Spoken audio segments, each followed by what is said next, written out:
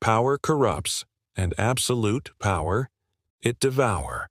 Maximilien Robespierre, the man who once stood as the voice of the people, became the very thing he once despised. A tyrant, a dictator, a god of the guillotine. But in a twist of fate, the executioner became the executed. This is the story of the rise and brutal fall of Robespierre, the architect of the Reign of Terror. In 1789, the French Revolution was in full swing with the storming of the Bastille and the nation basking in the ideals of liberty, equality, and fraternity.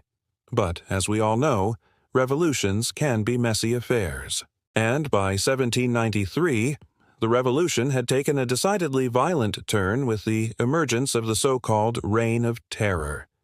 In fact, things were so bad that even the revolutionary leader Maximilien Robespierre, a lawyer by trade and a politician by ambition, had been forced to flee Paris in disguise, sporting a false beard and traveling under the name of Citizen A, B, C, D, E, F, G, H, I, J. Once he got to safety, he grew that safety razor.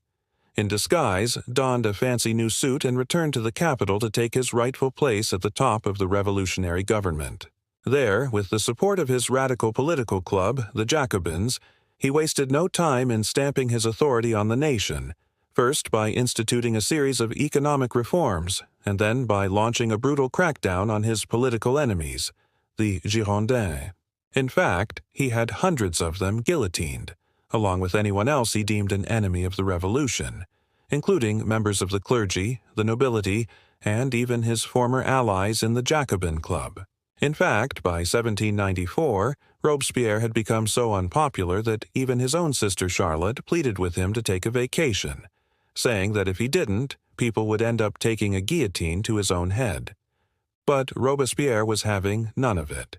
That is, until a group of Girondins took over the convention and brought the guillotine to his own doorstep.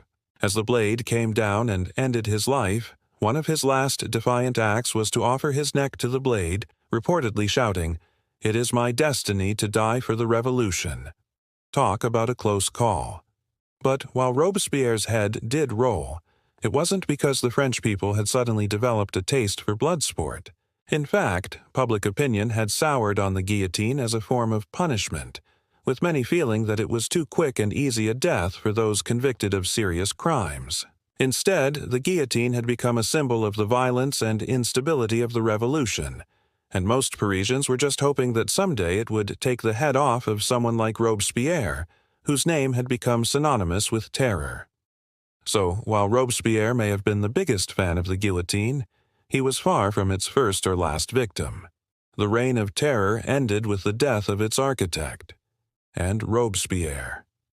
He became a lesson, a warning of what happens when revolutionaries become the very tyrants they once fought against. What do you think? Was Robespierre a hero who lost his way, or was he always a tyrant in disguise? Let us know in the comments, and don't forget to like, share, and subscribe for more tales from history's darkest moments.